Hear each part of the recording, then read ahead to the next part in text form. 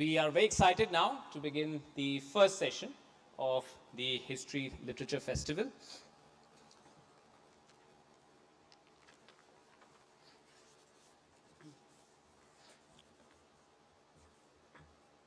We have two wonderful books.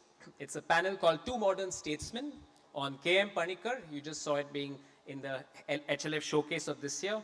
And a biography of Visvesvaraya, which won the Kamala Devi Chattopadhyay Award for the best book of the year.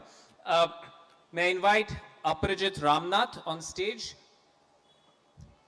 Aparajith Ramnath is a historian of science, technology and business and an associate professor at Ahmedabad University. He's authored two books on engineers, and this is of course the book under consideration today called Engineering a Nation, The Life and Career of M Visvesvaraya, who lived from 1861 to 1962, a very long life, more than 100 years, and it received the Kamala Devi Chattopadhyay Book Prize for 2025. He has been an international scholar with the Society for the History of Technology and has got many distinguished laurels to his name. Second speaker today is Narayani Basu. May I invite her on stage? Narayani Basu is the best-selling author of V.P. Menon, The Unsung Architect of Modern India in 2020, and Allegiance, Azadi and the End of Empire 2022. A historian and foreign policy analyst, her current work focuses on the lesser-known but key figures in the story of Indian independence. A man for all seasons, her biography of M Panikkar is her third book and has already garnered critical and popular acclaim. To navigate this conversation, we have Professor Amar Farooqui. Amar Farooqui is a professor of history, retired, University of Delhi. He has taught for many years at Hansraj College, Delhi, and has been fellow Prime Minister's Museum and Library, formerly known as the Nehru Memorial Museum and Library in New Delhi. He is currently visiting professor at Ashoka University. May I invite Professor Rakesh Basant on stage to hand over the stalls. And may I invite a school student from HPS, Pranay, who belongs to the Vijayanagar House. One of the nice things that you'll see on top is the Nalanda House, Takshila House. These are historical houses out here. So he belongs to the Vijayanagar House, which is again a resonant with the history of the times.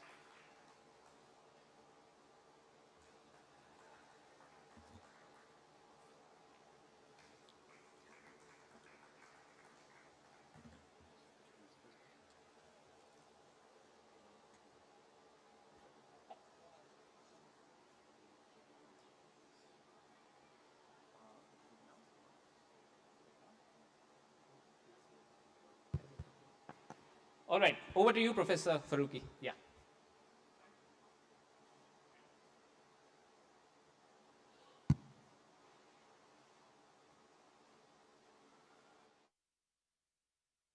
Thank you, Chinmay. So, for the first session of the fourth edition of the Hyderabad edition of the History Literature Festival, we have a panel in which we'll be discussing in this session two statesmen,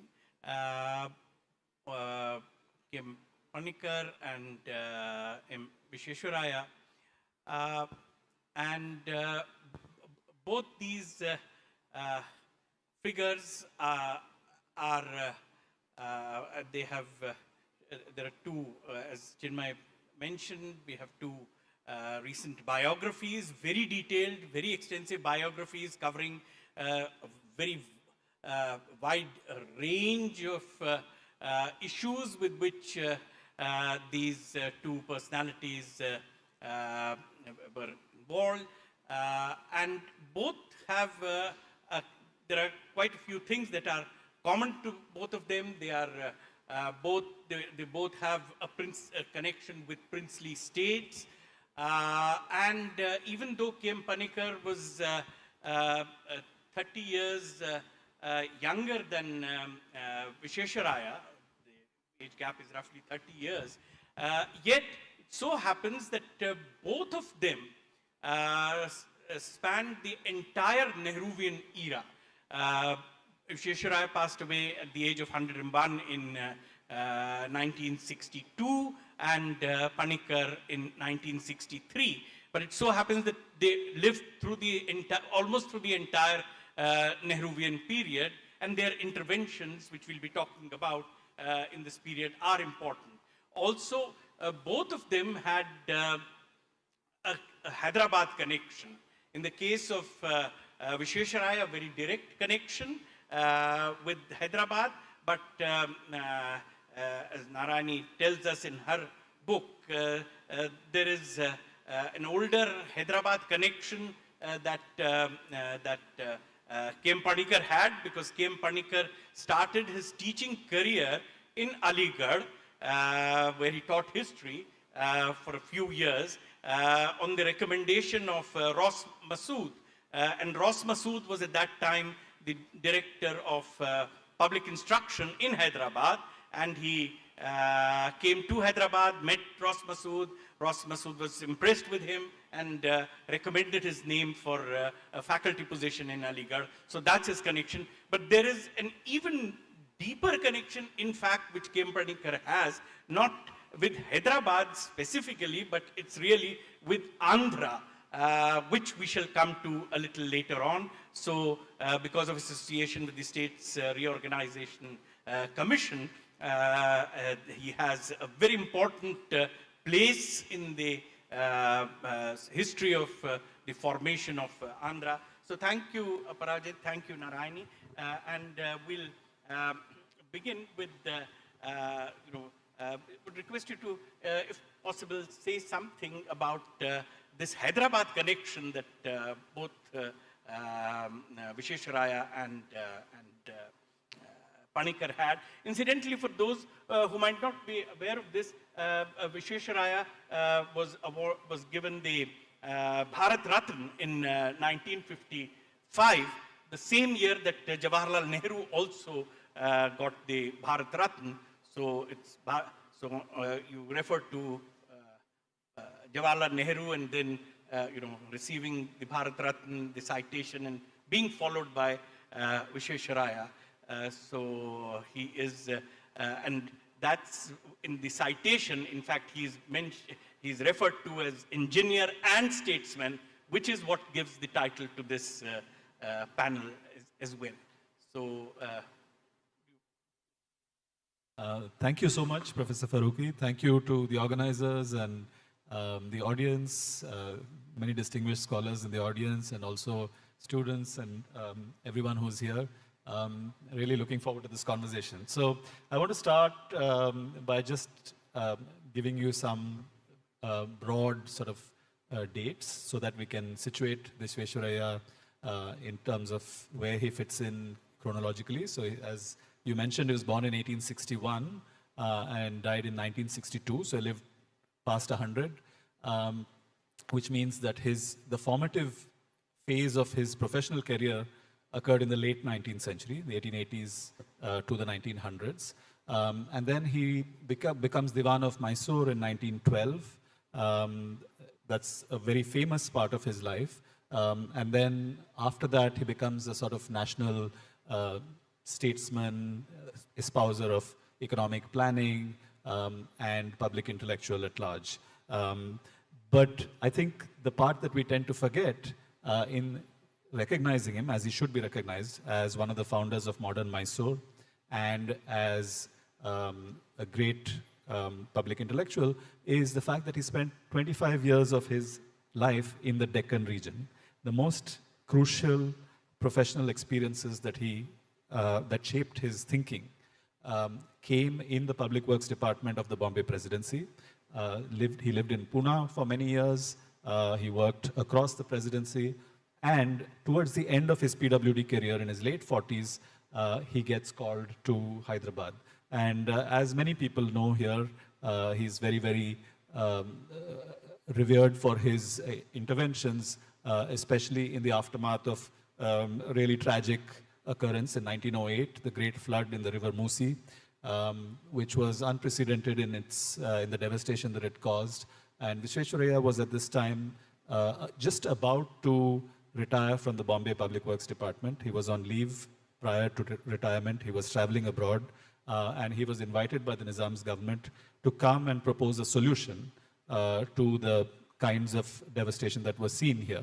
And so he came in 1908, 1909, spent several months assembled a team, worked with important Hyderabadi engineers, most famous among them Ahmad Ali, who later becomes Ali Nawaz Jung. And together they figure out this solution. He proposes the creation of two large reservoirs upstream of Hyderabad on the Musi and the EC, and that's the Himayat Sagar and the Osman Sagar, which were built much later as per his recommendations. But it doesn't stop there. He then becomes co-opted into this larger project of modernization and rebuilding Hyderabad over the next 3 decades. And although he never lives here, he keeps coming back periodically. In the 1920s, 1930s, he draws up a huge drainage scheme. He works on water supply, etc.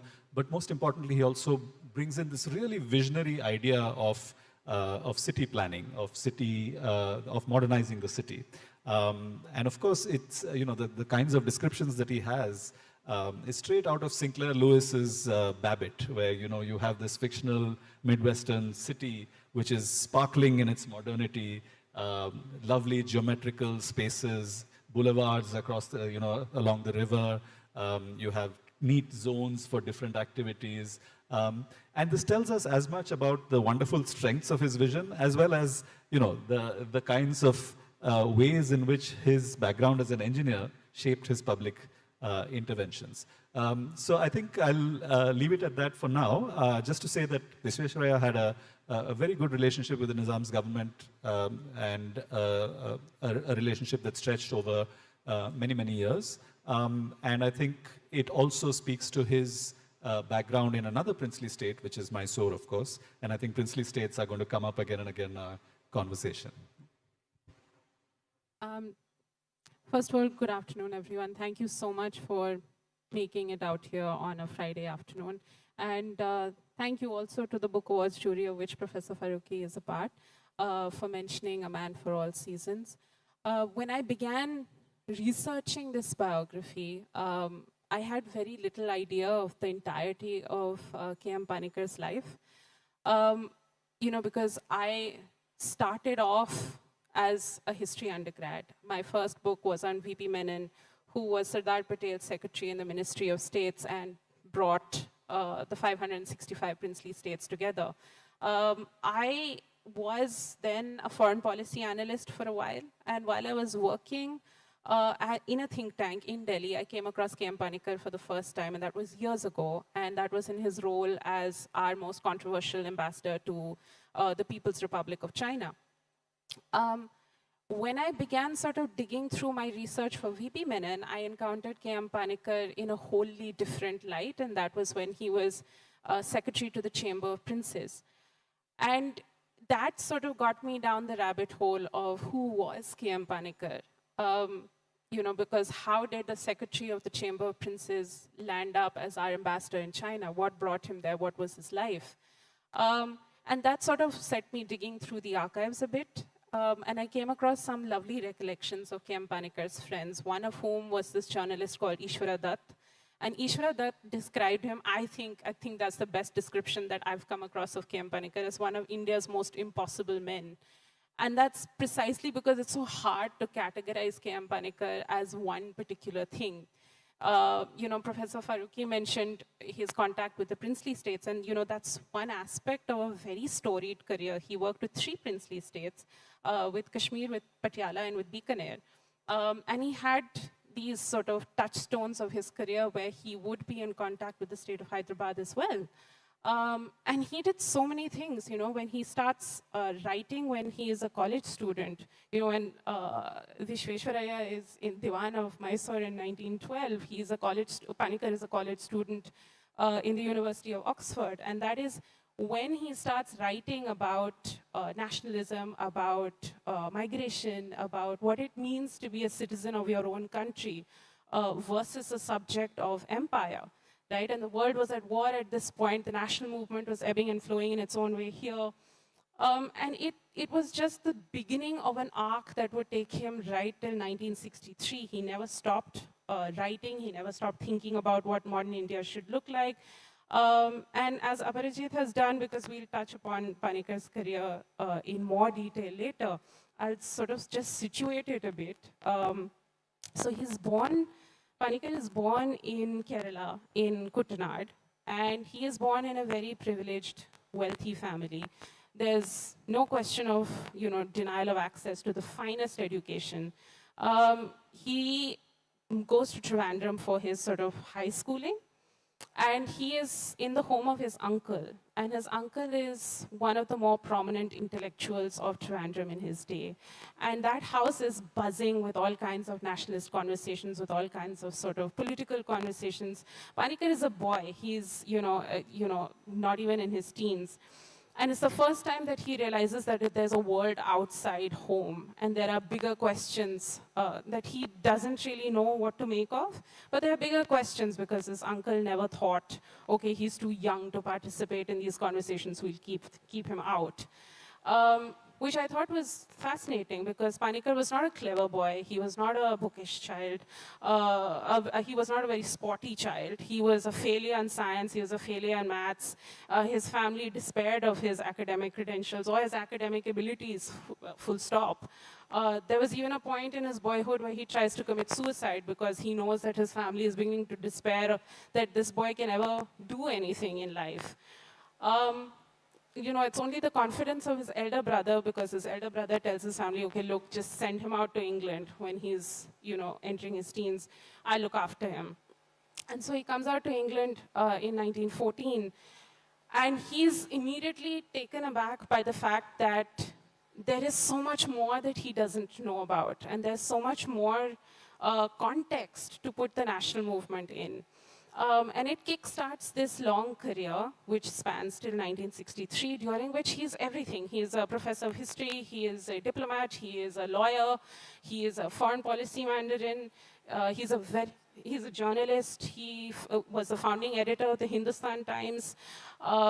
He worked with 3 princely states, as I said. He was our ambassador in China, in Egypt, and France. He was a member of the States Reorganization Commission. So, when Ishwara Dutt calls him one of India's most impossible men, that's why I think it was such a wonderful description. And that's also why I called it a man for all seasons, because I thought that, this is somebody who's engaged not just with colonial India, but also the first 2 decades of our existence as a free nation. Thanks, Narayani. So I'll just, we'll come back to Panikkar, but Visvesvaraya is the sort of senior person, so let's go back to Visvesvaraya. So Visvesvaraya is sort of really sort of in popular sort of memories associated with the Krishna Sagar Dam, and you have a long sort of discussion on on that entire project, where you make this point that this was something which had not been attempted earlier, even in colonial India. The construction, even to sort of think of such a massive project, and a massive project undertaken by a princely state which doesn't really have those resources, and the sort of the kind of engineering, the kind of science, the kind of technology that was involved, apart from the logistics of sort of mobilizing labor, resources, and material, and of course finance. So if you could sort of give us an idea about the way in which this dam becomes so important to not just Mysore, but then is this idea is sort of inspires the newly independent nation state to also go in for similar dams. When we are sort of now so critical of these large projects, how do you sort of see in historical terms, how would you assess the contribution of Visvesvaraya to the to irrigation projects and electricity, hydro? Thank you. That's a great question, and of course very central to our understanding of Visvesvaraya's contribution as an engineer. And I titled this book Engineering a Nation because everything that he did as an engineer had a larger sort of social vision behind it. And of course, we can critique that vision in many ways, and we should, given what we know today. But it was also very far-seeing, for its time. And we have to be, we have to put ourselves in the shoes of what was known at the time about these various kinds of projects. Where was the discussion on environmental effects and so on. And I'll talk about that in a minute. But I think everything that he did was designed to change social arrangements in some way. And he was an arch modernizer. So for him, the aim of all his projects was to move towards an industrial society, a society that looked more rational, more modern, which solved the problems of poverty, which pulled people out of what he saw as the morass of superstition and tradition and so on. And he was an inveterate traveler. So he traveled on his own dime when he was about in his late 30s. He went to Japan during the 30th anniversary of the Meiji Restoration, spent 3 months there, took notes, did a tour of Europe, America in 1908, 1909. And at this time, he's looking at these kinds of projects as they emerge across the world, most notably the Aswan Dam in Egypt. He's also, of course, a product of the colonial PWD system. So across the subcontinent, huge canal works, large irrigation projects, reservoirs, etc., are being built in the late 19th century. And he's associated with, he's not building them, but he's associated with the reservoirs at Bhatgar and then Khadakwasla near Pune. And so he's very much acculturated within this kind of departmental culture. And in fact, he's pushing for it to be extended. So one of the arguments he makes for the development of irrigation in the Bombay Presidency is that because we don't have perennial rivers, unlike the north of India, there would be a need to build greater, larger reservoirs. And he was a great believer in centralized and large-scale solutions. So you can see that very early in his career. So he's taking all of this, and it's shaping his worldview.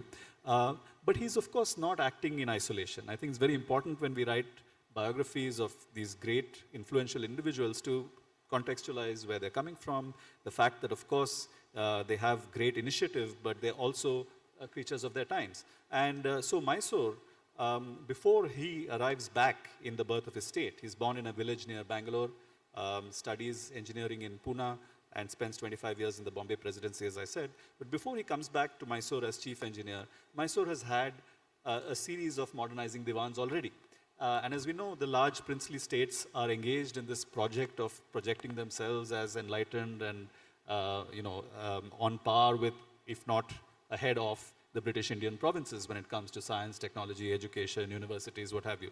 So he's part of this, this effort. He's coming into this. Before he comes back, Mysore has already, in the 1900s, the first decade, set up a huge dam at Marikanave.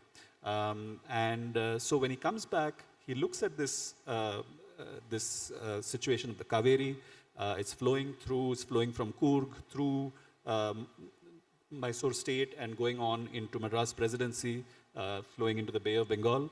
And he thinks, in a typical engineering fashion, that this water is going waste, especially given the fact that there had already been a hydroelectric, one of the first hydroelectric power plants set up at Shivanasamudra some years before that. So he envisions this huge dam and reservoir project, Krishnaraja Sagara, in the vicinity of Mysore city, in Kannambadi. And his idea is that it should be a multi-purpose project, which is very common to us now, but is quite revolutionary at that time. And incidentally, he also thought of the Osman Sagar and Himayat Sagar as multi-purpose projects. So they were occasioned by the need to prevent floods, but they would also then, in his mind, serve the purposes of water supply and irrigation and so on, and revenue generation. And revenue generation, which was very key, because he wanted all big projects to generate revenue for the state as well.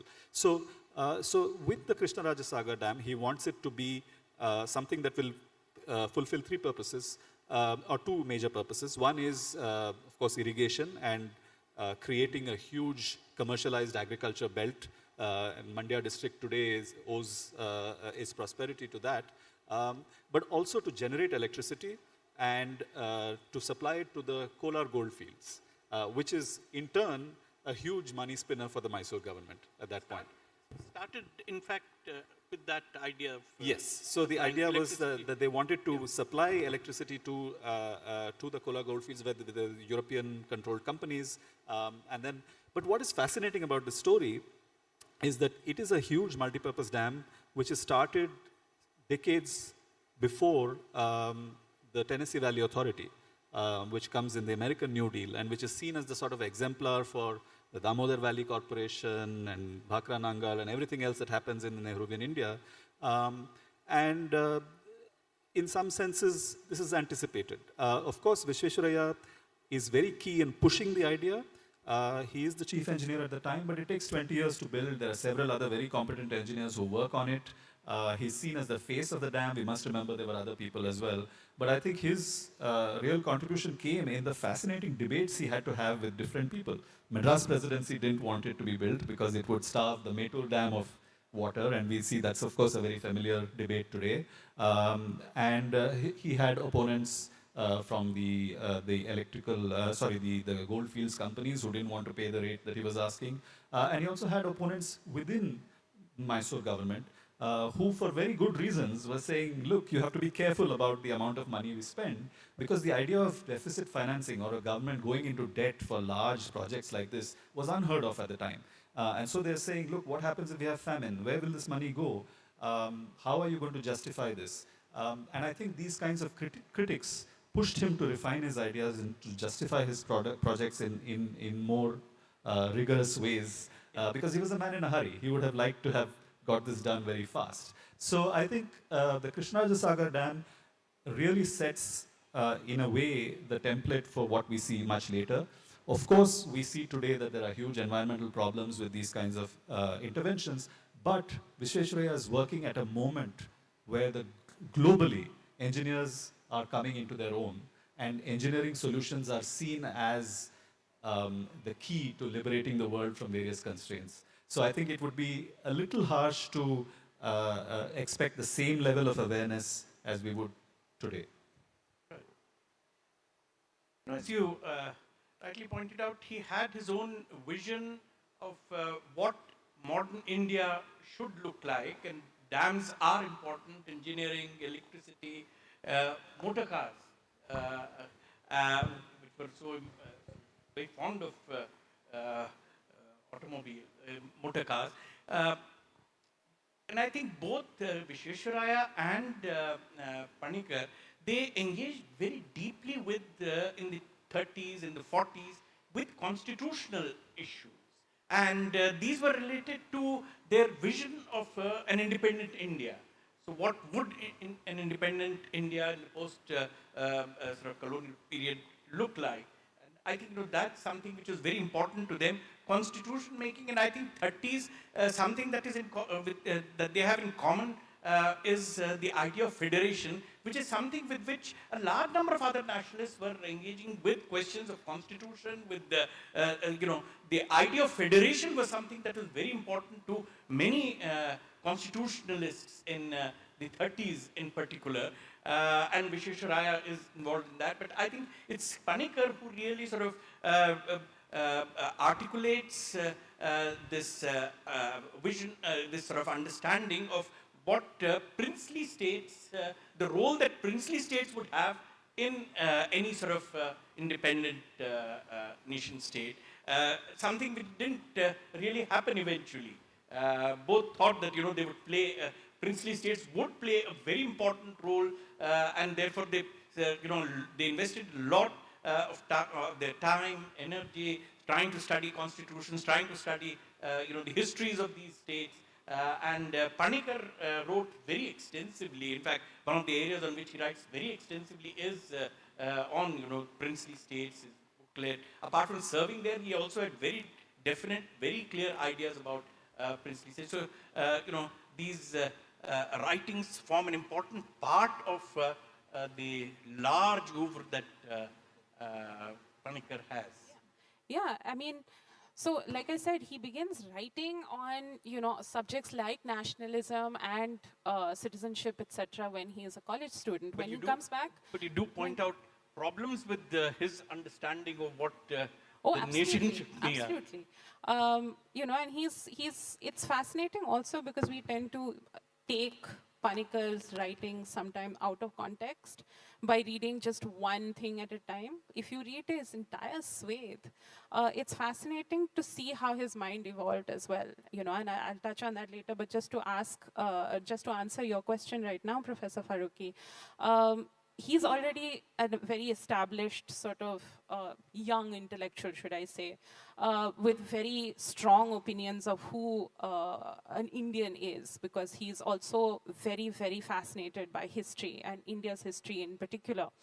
And you see him continuing to write when he comes back. He comes back in 1918, and it's a rather dramatic coming back because his ship from England capsizes. And there's this whole dramatic rescue of these survivors, of whom Panikkar is one. And he comes back here. He is a professor of history at the Aligarh Muslim University. It is a time when Jallianwala Bagh is happening, the Rowlatt Acts have been passed, non-cooperation is happening. He is very shaken by what is happening in the country. That said, there's this moment where Gandhi comes to the Aligarh Muslim University and Gandhi asks Panikkar to participate in the non-cooperation movement. And at that point, because Panikkar and Sir Ross Masood were such great friends, and Panikkar had promised Sir Ross Masood that he would fulfill his tenure at AMU, he said to Gandhi, you know, look, it's my duty to stay here and finish my tenure, so I don't think I can join right now, which in itself is pretty remarkable. After that, you see, and this is something that you notice, at least I noticed in Panikkar from the start, is he's a very ambitious young man. He's a very sort of very brilliant but very opportunistic young man as well. And he can see where the national movement is going. He can also see what role the princes are going to be playing. So you see some of his earliest writings on the princely states and what their role should be coming in the early 1920s. And this is also a very interesting time for the princely states per se, because you have, post the First World War, princely states who have contributed to, you know, the Raj in terms of men and material and supplies, now sitting up and saying, okay, we gave you this much, what are we getting in return? And it's not entirely a new phenomenon, because this is something that has been happening, you know, constantly since the 19th century. So you have these occasional sort of negotiations between the princely states and the Raj for more rights for the princes. The 1920s is one such time, which is when the Chamber of Princes is established. It's this sort of breadcrumb that's thrown by the Raj to the princely states that, okay, look, if you want more rights, here is a sort of consultative advisory body, you know, let's talk. Of course, all of this is very vague. There's obviously no ground to be given here because the Raj has no intention of doing so. That is one aspect. The other aspect is, you know, the princes have this sort of unfortunate tendency to be cartoonized in some way. They are doing nothing to help their cause, right? You have the Maharaja of Patiala, who's known for many other things other than being a ruler. You have the Maharaja of Alwar, who sets his polo pony on fire because, you know, it's not performing up to his standards. None of these guys are actually helping to reinstate or reinforce the fact that some of them actually have very fine minds as far as understanding what their rights are, understanding what they want for their state. Some of them have very strong ideas of what a constitution should be. There is also the fact that as the 1920s progresses, you have popular movements starting in the state. Each of these princely states has this sort of ground level popular movement beginning to buck this sort of reign of sovereignty that is occurring in the states. And all of this is happening almost parallel. So it's a very fluid time. The 1920s, the 1930s is a very fluid, very ego-driven time as well, because all of these princes, some of them, apart from being very intelligent, all of them have various feuds ongoing with each other. They have, you know, some of them don't like each other. Some cousins are, you know, facing off against each other. If somebody says, we want a federation, somebody else will say, no, we want a confederation. In the middle is the Nizam of Hyderabad, who really doesn't know what he wants at all. He's peevish, he's petulant. His advisors are telling him one thing, he wants to do another thing. So you have, for the first time, Panikkar sort of theorizing on the one hand that, okay, look, a federation is the only logical constitutional way out of all of this, right? Which is what leads to the roundtable conferences. It is what also leads to the movement towards the Government of India Act 1935. All of the behind the scenes drama of this is what Panikkar is involved in. And frankly, it dominated his life in the 1930s. It was incredibly, as a biographer, it was incredibly difficult to keep up with it almost, because everybody had opinions, everybody had counter opinions. Everybody had some kind of scheme happening in the background to undermine somebody else.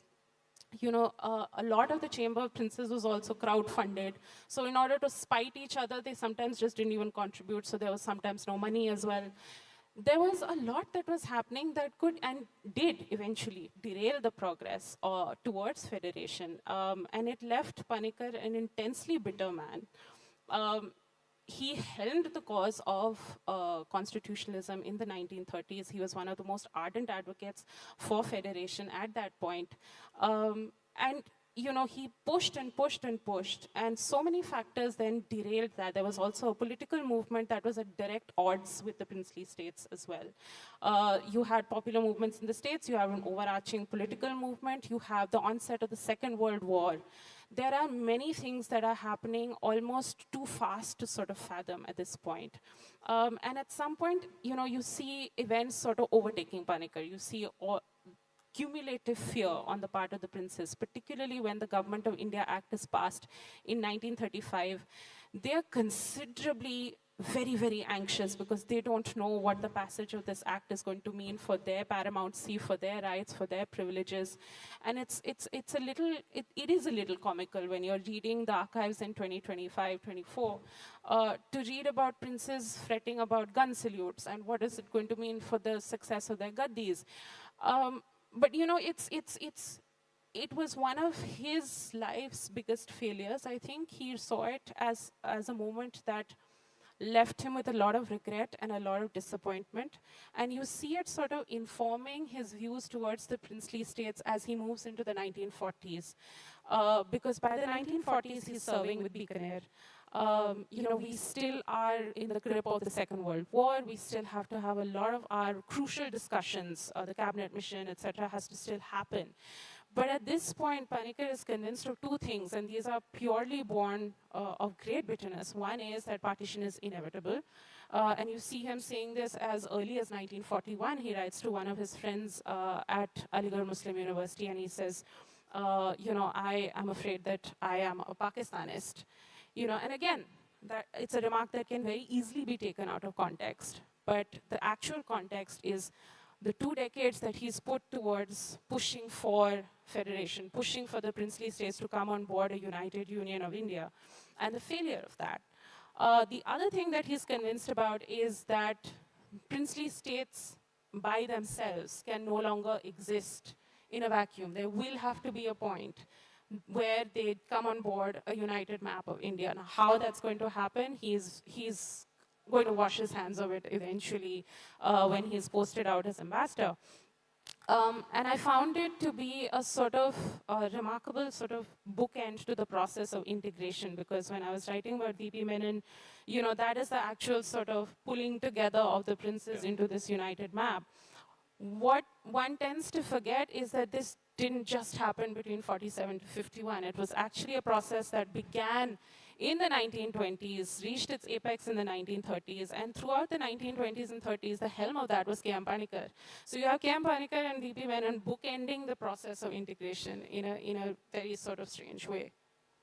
Yeah, of course, he'd given a lot of thought to constitution making, federation, and subsequently provinces, and that was reflected in his ideas about the state's reorganization. We'll come back to that, but since we are talking about his writings of the 30s, 40s, he's also writing a lot on history.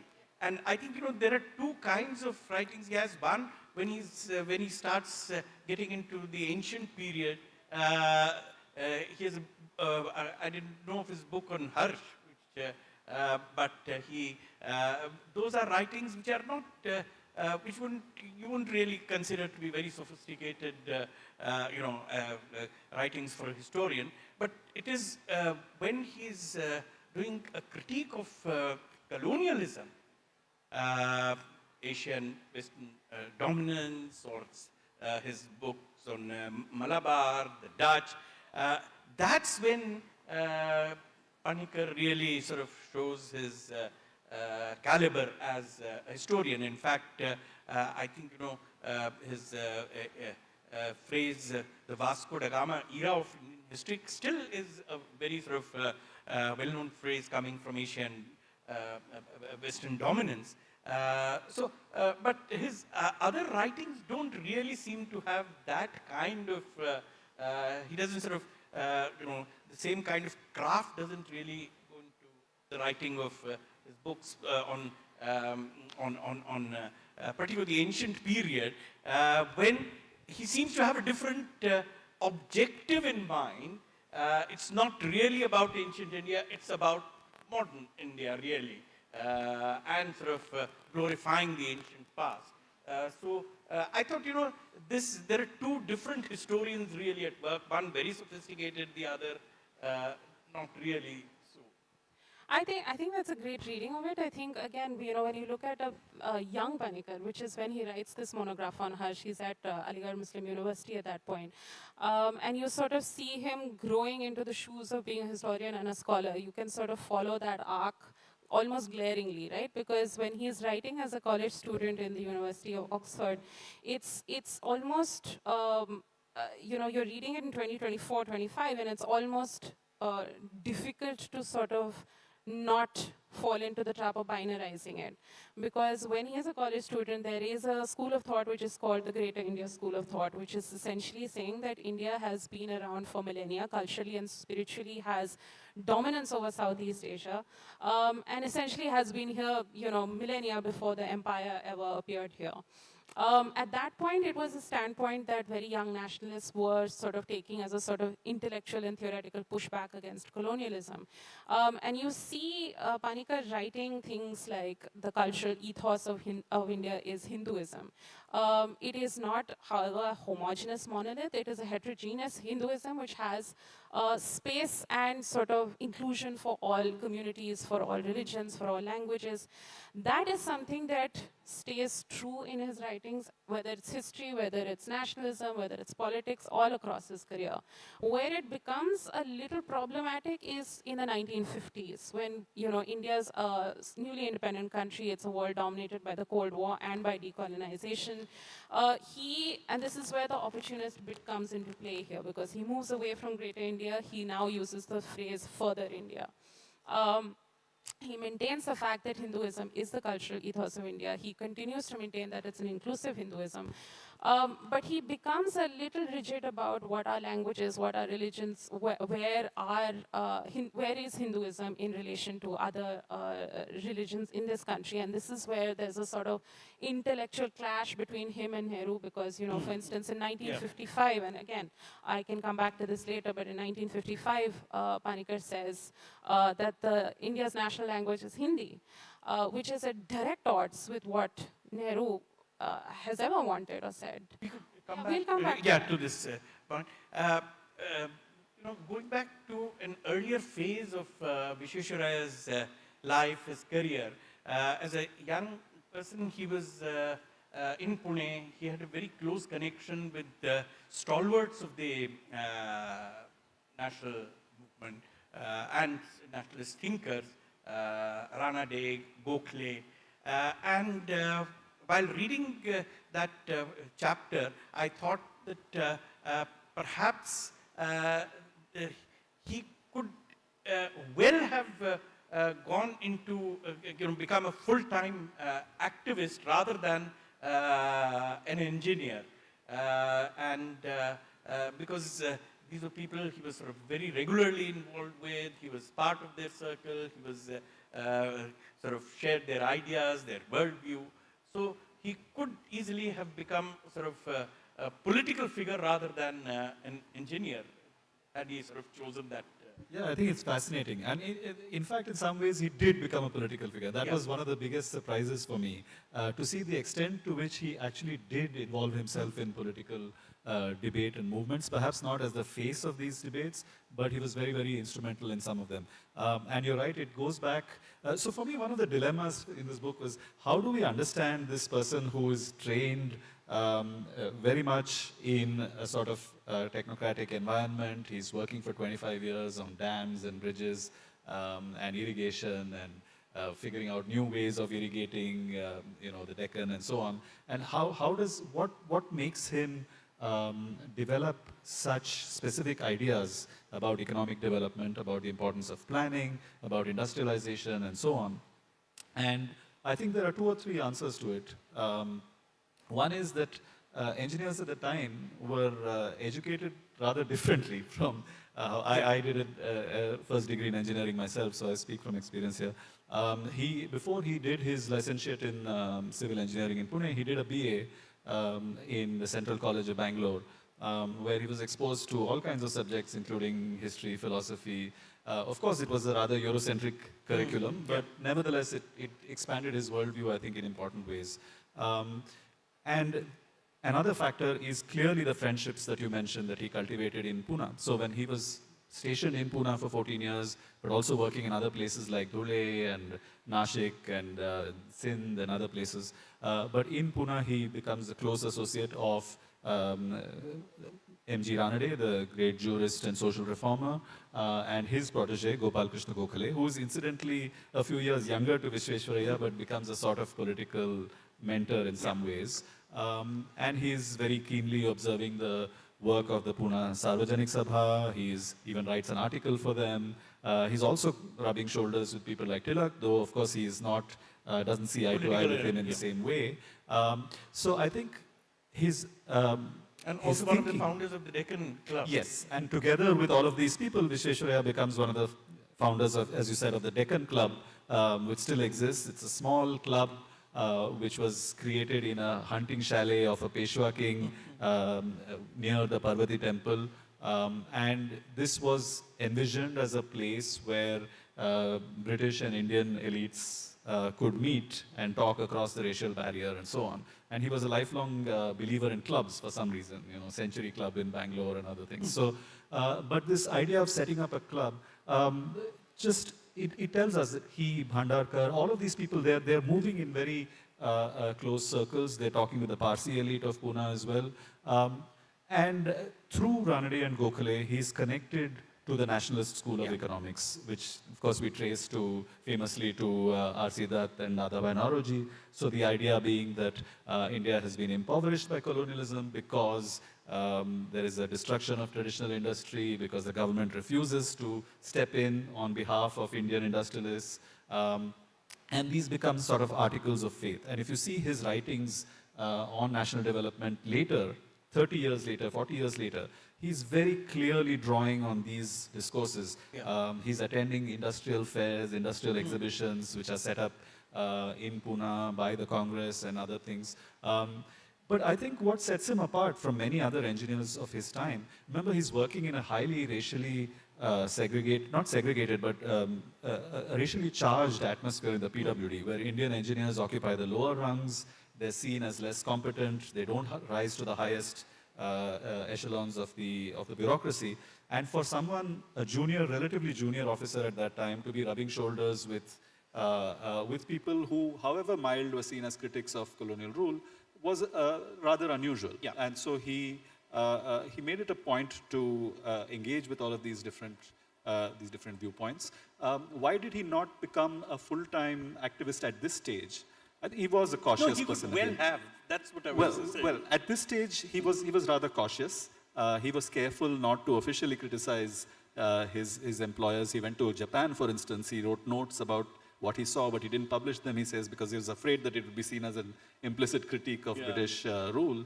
But in fact, at some point, he could, as you said, very well have joined the Servants of India Society, for instance. Srinivasa Shastri comes, Gokhale introduces him to Visvesvaraya in Pune, and so on. But first, it would have meant a full-time job. It would have meant giving up his profession.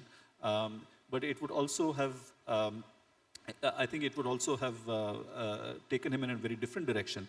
But what's interesting is that he does become politically active in the 1920s and 30s, especially with the Congress moderates. And I write in some detail about the influence that, the mutual influence that he and M.R. Jayakar and Madan Mohan Malaviya have on each other in the 20s and 30s. And this is the time when actually he's becoming deeply involved in constitutional matters. Yeah. That And again, do you want to leave that for later, or shall no, can I I'm talk a saying little the bit about that? Constitution is important to Yeah. Visvesvaraya. So I think, and this is also tied up with his work on the princely states, because as Diwan of Mysore, one of the things that Visvesvaraya is really keenly working on is the status, the legal status of Mysore, because it was, it was a princely state. The British took over for 50 years in the 19th century on the pretext of misrule. And then there was what was called the rendition, where they gave it back to the Wadiyar dynasty, or installed the Wadiyar dynasty in 1881. And then he's pushing back for against a certain instrument of transfer, as it was called, and he wants something more equitable called a treaty, which recognizes the Maharaja as on equal terms with the British. And so he's really working on this. This is his first brush with the constitutional status of the princely state. And in the 1920s and 30s, he represents, of course, he represents Mysore before the Butler Commission, for instance. But most interestingly, in the archives, we find letters that show that he makes a draft dominion status constitution for India in the 1920s at Jayakar's urging, and he doesn't put his name to it. And he's really keen on federalism, but interestingly from a slightly different viewpoint. Yeah. He thinks that a federal structure is the only one which will enable provinces to make the most efficient use of their natural resources and industrialize quicker. So he's coming at it from a different point of view, but he's reaching the same sort of conclusions. And in fact, he and Malaviya and Jayakar and Jinnah and many others are very, very important in pushing the British for for what becomes the Round Table Conference. They're starting to push them from the early 1920s, and it really materializes only in the 1930s. And throughout this time, he's keenly involved in all of these things. He doesn't formally join any organization, but he's very much there. The last point I'd like to make is that he does a completely interesting flip in the late 1920s when he presides over a conference of the South Indian States People's movement, which is rather different in its objectives to what the princely rulers want, because they are precisely, these are the subjects of the princely states who are saying, look, we want democratic rights. Our princely rulers are being autocratic. They're running their kingdoms like fiefdoms. And so this man who has worked as Diwan of a princely state and made his name there, says, no, I'm going to head this and lend my weight to this cause in the late 1920s. And I think that's a fascinating example of how difficult it is to pin down people with neat labels. Since we're talking about his role as Diwan, there's a portion of that chapter where you, in fact, there's a full chapter on which I've found very sort of interesting reading, which is really a lot to do with office gossip and office intrigue.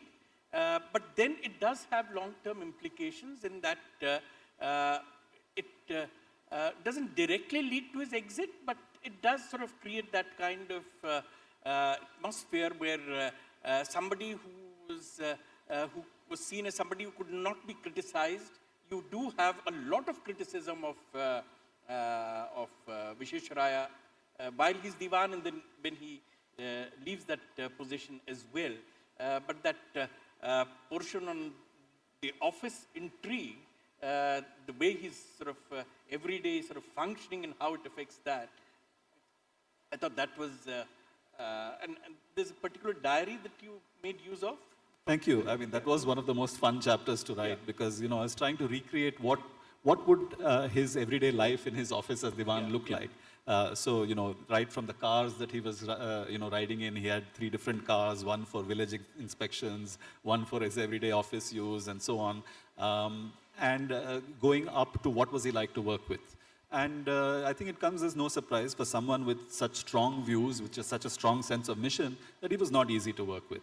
I think many of his subordinates found this, that he was very set in some of his ideas.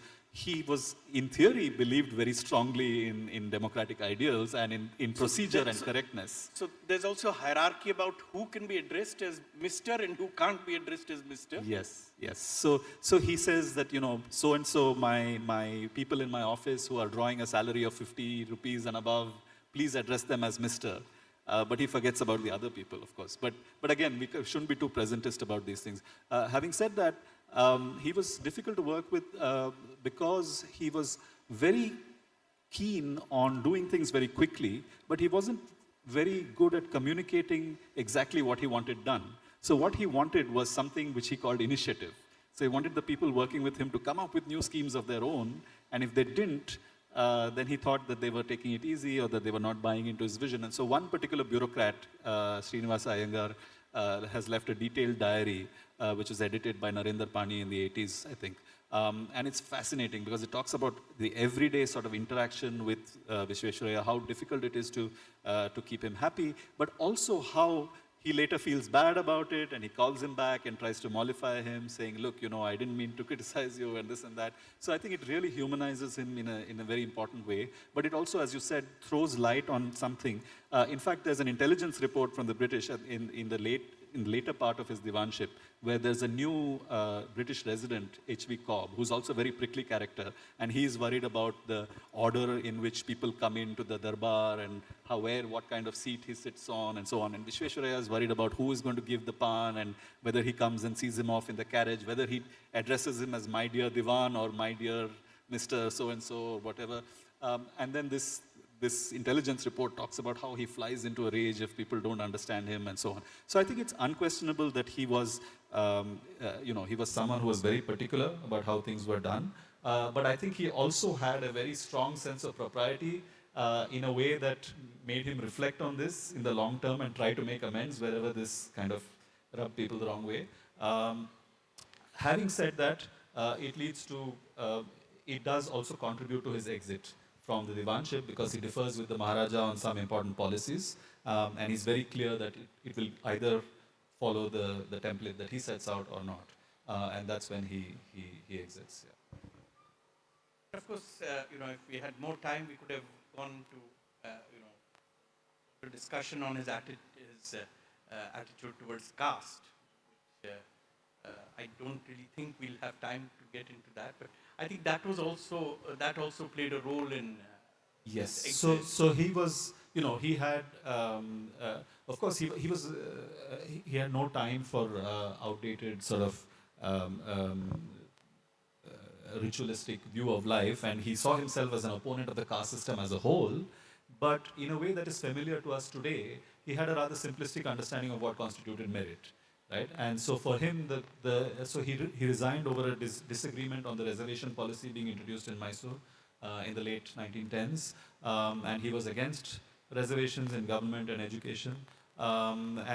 His argument was that the way to address it was to have affirmative action in terms of scholarships, more schools for the underprivileged, etc., and so on. And I think we can see today, with our sort of position, that he didn't quite understand the enormity of the historical advantages that some communities were born with. Having said that, I think it's fair to also mention that he oversaw one of the most rapid expansions of primary education facilities during his years as Diwan, and in fact tried to implement what Gokhale failed to do at the national level, which was so-called compulsory education or universal education.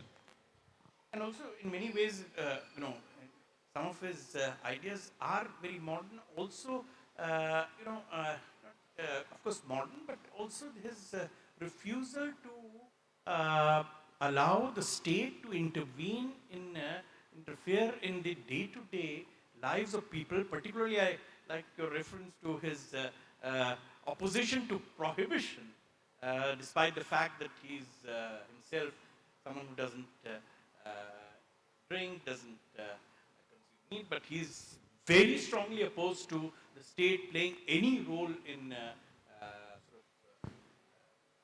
deciding on whether someone should have access to a particular kind of food or diet or not. Right.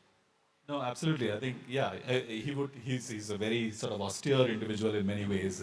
He's a vegetarian, eats very sparingly, doesn't drink, and so on, but still able to take this stance. very strong. And this is a critique that he comes up with of the Congress government after independence, where he says, you're spending all your time talking about prohibition when you should be talking about education and other things, right? So for him, I think it also feeds into his understanding of the role of the state in the sense of he sees the post-independent state as of course being interfering too much in commercial matters as well. So he wants the state to take a step back in these kinds of matters. I mean, we could do a full session, in fact, on the state's reorganization commission and Panikkar's own role in that, and his ideas on language, small states. But I think we will have to spend, I'll take Chinmay's permission to spend at least 5 minutes discussing this very important facet of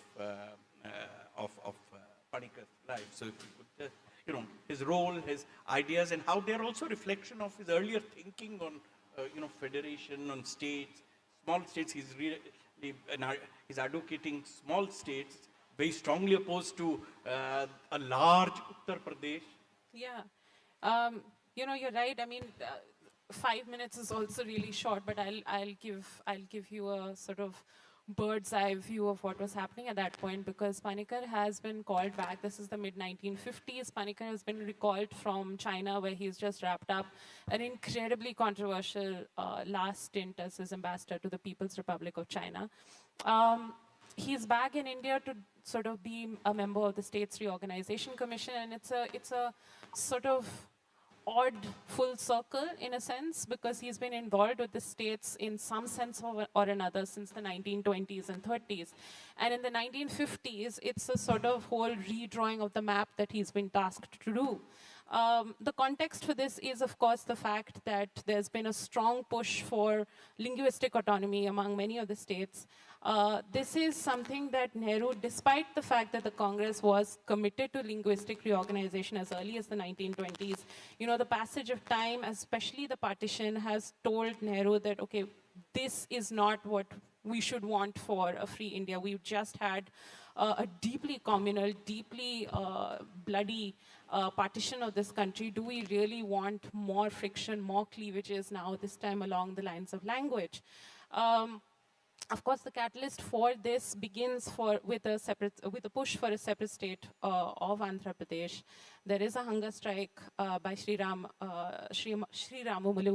Potti Sri Ramulu, who dies of a hunger strike pushing for a separate state of Andhra Pradesh.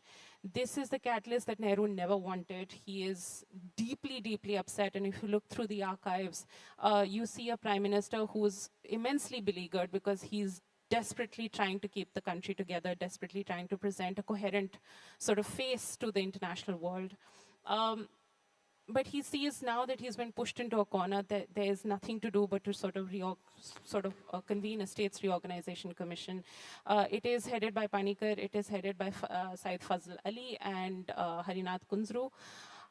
These three men are tasked with what I think is one of the most impossible things to do in modern India, which is to reorganize the states while maintaining some sense of administrative and federal unity. So it's sort of harking back to Panikkar's push for federalism, but albeit in a wholly new light, because now India is free. The states have been integrated by this completely unusual mix of coercion and coaxing by VP Menon and Sardar Patel. And now, this whole task is to be done within a year. They're supposed to sort of submit a report within a year. It's involving them traveling to different states personally, sometimes even taking frigates to travel to Lakshadweep. What they see across this country is, and this is laid out in the States Reorganization Commission's report, is essentially that, okay, we may not have to trouble ourselves too much with most of northern India except for Punjab. Much of the east has already been dealt with in terms of Bengal and Bihar and Orissa. However, there's trouble in Jharkhand, there's trouble in the Naga Hills, there's trouble in Assam, there's trouble in the wider states of Karnataka, there's trouble across the Madras presidency. What eventually becomes Maharashtra is also going to give them trouble. What eventually becomes Kerala will also give them trouble. So there is almost a sense of fatalism that you see in Panikkar and in Panikkar's papers at this point, because now he is convinced that, okay, the best thing to do is to reorganize the states on the basis of language. There is no other course but to do that. And for the south, there will be Kerala, there will be Karnataka, Tamil Nadu, and Andhra Pradesh. Hyderabad will be kept as a separate state, albeit with territorial reduction, until 1961, when it can be pulled into Andhra Pradesh. Nehru is immensely annoyed and extremely displeased because the one thing that he had told Panikkar was to sort of try and see whether this could be done, and if it couldn't be done, that would be the best outcome. Instead, Panikkar has come back with his two co-members saying, okay, but we feel it should be done. And you see Nehru lamenting to several of his chief ministers, especially to C. Rajagopalachari, and saying that, okay, I mean, now this report has come, these are its findings, I suppose we have no other recourse but to go ahead and do it. To me, it's also a great indicator of the fact that you could have differing opinions, but those differing opinions would be acted upon irrespective, which is what then Nehru goes ahead and does. He says, okay, if this is the findings of the SRC, we must make the best of it, and we must go ahead with it. Panikkar also disagrees with his other two members, pushes for the bifurcation of Uttar Pradesh. He feels it's too unwieldy and large as one single territorial unit, and in order to sort of deal with Nehru's criteria of administrative and federal unity, it would have to be bifurcated. Now, predictably, there was uproar about this because the SRC also recommended that Punjab and Bombay be bilingual states. Immense uproar across the board. You know, and again, this is a very, very aerial bird's eye view of an immensely fraught time. A lot of the ramifications of this would be ongoing throughout the 50s and into the 60s. But to me, it was also an indicator of two things. One was the fact that a prime minister could disagree with an immensely important public servant and still take those recommendations on board and see to it that they are carried out.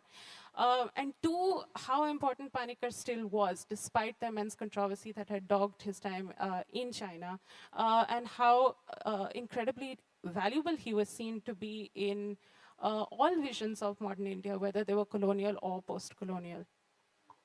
And I mean, Nehru obviously had a very high opinion of Panikkar's abilities. He is he recalled, or is it just that he comes back and he's immediately asked to become a member? He comes back and he is asked to join the state's reorganization. So, I mean, for Nehru, this is a very important.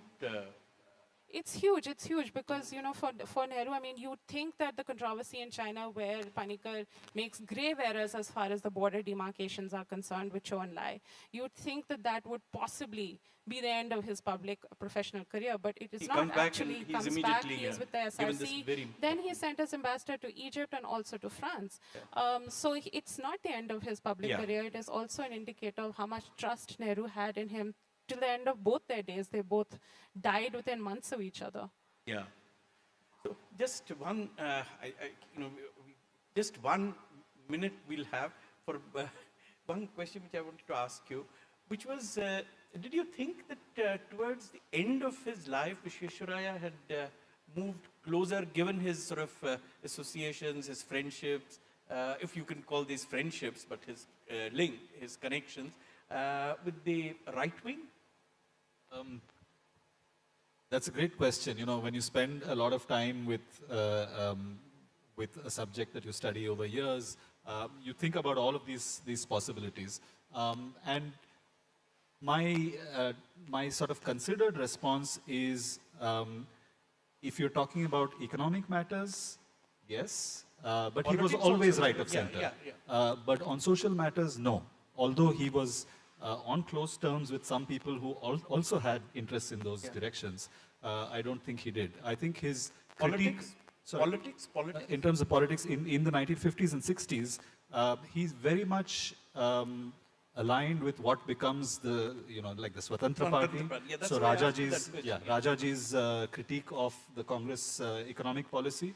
And in fact, there are other connections as well. Before that, there's something called the Forum for Free Enterprise, which is set up by another associate of Visvesvaraya's. So on economic policies, absolutely. I think he's a strong critic of the socialist leanings of the Nehru government and the high importance given to public sector units. Having said that, his version of capitalism was also a state-led version of capitalism, one which was very sort of premised on the role of experts and expertise and so on. So actually, when you look back, although they had these differences in the 1940s and 50s, the similarities between Visvesvaraya's and Nehru's template for development are actually much more striking. And I think other historians have mentioned this as well. The idea of technical education, the idea of basic industries, the idea of having the state sort of take the lead, and industrialization, rapid industrialization being the key to material prosperity, the idea of a scientific temper, the idea of, in fact, all of these, I think are things where they would be on the same page, both economically and otherwise. Thanks. So there are, of course, several other issues which there in your book, Aparajith, and your book, Narayani, but I'm afraid we'll have to close this session and thank both Aparajith and, yeah, so good. Thank you so much. We'll open it up for 2 questions from the audience. So if anyone has any burning question, there are going to be mics passed around. Let's just collect a couple of questions. So one hand here, one hand here, 3 hands I can see. Yeah. Yeah? Yeah. So I actually have a lot of questions, but I'll keep it to one. First for Professor Ramnath. In all the work that Visvesvaraya did in his time, did he ever come close? I mean, even at that time we knew about excess waters in some parts of India and deficits in some. Did he ever come close to suggesting river interlinking? Okay, so that's one question on river interlinking. Hand there, yeah. Yeah. See, in India, pre-independent India, 32 years before independence, in 1915, Sir Visvesvaraya was recognized as the commander of the Order of the Indian Empire by King George V. I'm making a statement here. In that phase, was it not very unique and outstanding? Could he have been the only person who could have got that kind of honor from under the British rule? Okay, thank you. And the student, I think, out there, yeah, behind. If you can pass the mic behind. Yeah.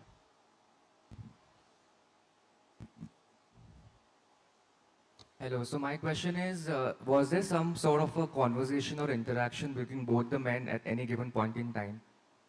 Did they speak to each other? Yeah. I think 3 questions. So maybe 2 for Aparajith, and then you can maybe say, yeah.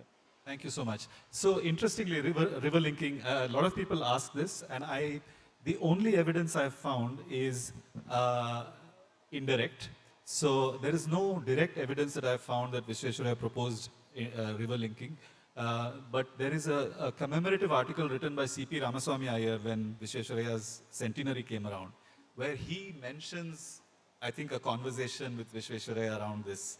I'll have to go and check the exact details, but I haven't actually seen any, direct evidence that he proposed this.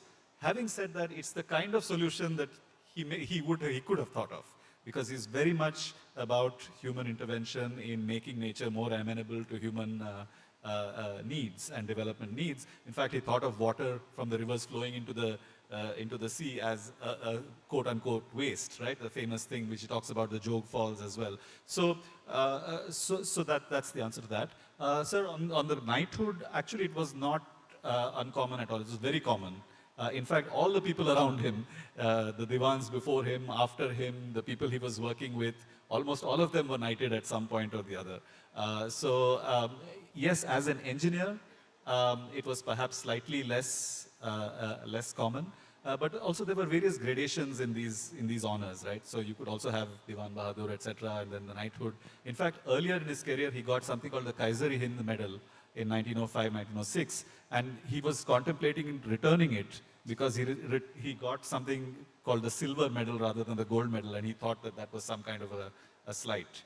I'll leave the last question to Narayani, but I want to just mention one thing that I noticed in your book is that Panikkar's last job was in Mysore University, which was, of course, set up under Visvesvaraya. So that's one connection. I could just say about this CIE, that was fairly low in the hierarchy of, the honors that the state gave. Right. Very low in the hierarchy. No, in terms of their interactions, sir, I haven't come across any direct correspondence or evidence of any interactions between either of these two men, though I'm pretty sure, like we were discussing outside as well, there must have been at least, if not less than 6 degrees of separation between the two of them. I think we can probably be reasonably sure that both were very close to Mirza Ismail. I think that's one very direct connection. Mirza Ismail was Diwan of Mysore after Visvesvaraya, and also important part in the Round Table Conference, which, so I think that, so certainly there are some very close common people, but we haven't, neither you nor I think, have come across any direct interaction.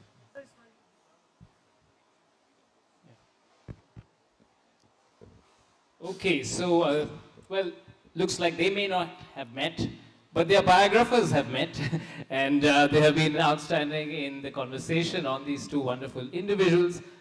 These are both beautiful books. They are also big books. They are available about 50 meters from here at the bookstall. They're going to be here for the next 2 days. You can buy the book, get it signed from them anytime over the next 2 days. And you know what they say about big books. If you don't end up reading them, you can still use them as a pillow, as a weight, and you can have multi-purposes. History books have a lot of purposes beyond just reading and imbibing knowledge from them. But you must read them. Both of them have been lavished with a lot of award list categories in the last couple of years. And I really hope you imbibe the spirit in which they have really brought these two characters who live long lives back to life. I'd like to close the session by requesting Professor Farooqui to present our speakers with some mementos.